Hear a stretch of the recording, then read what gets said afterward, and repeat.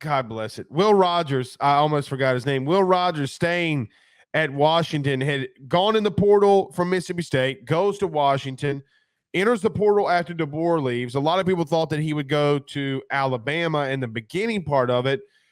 Never really makes a trip, doesn't really say much. You don't hear much, but Will Rogers, after Jedd Fisch is hired as the Washington head coach, is staying with the Huskies. Are you a little surprised there? No, and I was more surprised that he made the decision to decommit in a way or re-enter the portal, in the sense that if he goes to Alabama, he's not the clear-cut next guy to start, because we don't know how that's going to play out with Jalen Milroe, between him and then also like Ty Simpson. How does he factor in? He's still a young football player that's progressing. Obviously, Julian Sainz no longer there. I mean, Jedd Fisch has experience working with quarterbacks, helping them elevate their play. Is it the same level or type of offense that Kalen DeBoer had? No, it's a completely different type of offense. But Washington doesn't really have any quarterbacks that are ready to play right now. They lost. I'm blanking on the kid's name that was right underneath him. That was a high Austin Mack. No, well, not Austin Mack. There was another kid that was a highly recruited player that's transferring to JMU. They did end up losing some depth there. So Will Rogers is still going to come right in and play. And I think that this is good for their offense. You know, I think that Washington's expectation shouldn't be to win the Big Ten and go to a national championship in 2024. But for them to win 9 games, 10 games is plausible, because Jedd Fisch is a really good coach and he boosts the quality of the offense. I agree. And look, anytime you can be a first-year head coach and have an experienced quarterback like a Will Rogers, I think it makes the transition a little bit easier. Obviously, his quarterback, Jedd Fisch's quarterback at Arizona, isn't going anywhere yet. So I think it's a big deal. I think it's a big win for Washington. And I know that you're not high on Will Rogers.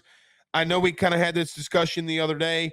I'm old enough. I think that Will Rogers, the coaching staff around Will Rogers this past year really hurt him, because, Joe, they're running plays from under center one week, going 12 personnel, wanting to be a run-heavy football team, and then the next week they're trying to re-implement the air raid.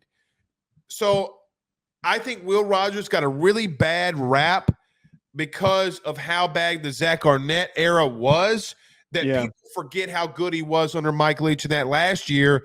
God rest his soul, rest in peace, Mike Leach. That year that they won 9 games, and Joe, they won 9 games at Mississippi State. Okay? Like, with a very difficult schedule. It's not go ahead. No. Finish your point. What were you saying? It's just not like Will Rogers didn't face a lot of really good opponents. Like, I remember him facing, like, Joe, you can make the argument that Will Rogers' least toughest opponent the year that he had with Mike Leach was LSU. That had 9 dudes drafted, because they went 6-6. So again, if LSU, because Oars run like big titty blonde women, okay, if that dysfunctional LSU team who had 9 players drafted was the least talented or least productive team that he faced, I just think Will Rogers is a good addition to Washington. Yeah, this is going to sound really weird, but I feel more comfortable with it under Jedd Fisch than I do Kalen DeBoer and him going to Alabama. And to explain that a little bit, him being the follow-up for Michael Penix and Kalen DeBoer's offense at Washington felt weird, because they're really different players. Arm strength is different. All that stuff is different. And then him being in Alabama feels really weird, because like I feel like they could do so much better at the position. Him being at Washington under Jedd Fisch, that feels like something that's going to work well. First-year coach, experienced player. He's not going to be one of the top 3 quarterbacks in the Big Ten this upcoming year, but I think that he helps them and elevates the team a little bit to be competitive early. We'll see. I think it's a great way to start off your tenure if you're Jedd Fisch, and you're going into the Big Ten too. So you need you're going to need a guy that's had a lot of experience, and him having experience in the SEC, I think really helps you there. All right.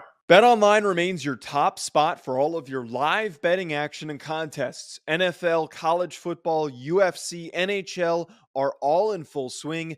BetOnline is your number one source for wagering news, odds, trends, and predictions with both desktop and mobile access at any time.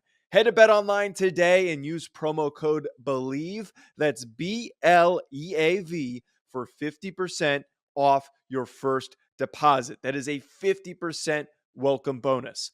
Bet online, where the game starts.